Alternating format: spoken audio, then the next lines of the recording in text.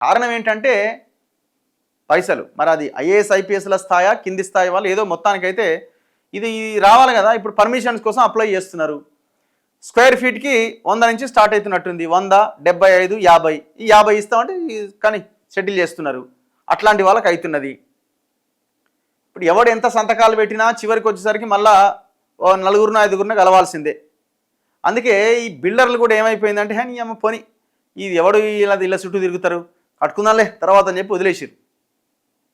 పోయిన గవర్నమెంట్లు ఎట్లుండే, పోయిన గవర్నమెంట్లు ఏంటంటే వాళ్ళు వీళ్ళంతా కక్కుర్తి కాదు. వాళ్ళది ఎట్లుంటుందంటే ప్లాన్డ్గా ప్రణాళికబద్ధంగా ఉంటుంది. ఇగో నువ్వు కట్టేసుకొని నాకు సగం ఇల్లా లేకపోతే 25% నువ్వు ఫస్ట్ అయితే కట్టు అని పర్మిషన్ ఇస్తారు.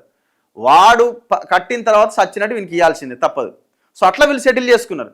వీళ్ళది అట్లా కాదు కదా అనొద్దు. కానీ ఇప్పుడు మనం ఇక్కడ వీళ్ళు ఇప్పుడు మన ఇది ఉంటుంది కదా అంత్యక్రియలప్పుడు వాళ్ళు వచ్చి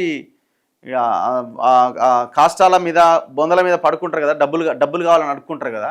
వీళ్ళది ఎట్లుంటుంది అంటే వాడు బునాది ఏమో ఆలస్యం బునాదులు వేవి అనుకుంటున్నారు. ఏమైనా కడుతున్నావు తే అని చిల్లరకి ఎగబడుతున్నారు వీళ్ళు. సో దానివల్ల ఈ సమస్య వస్తున్నది.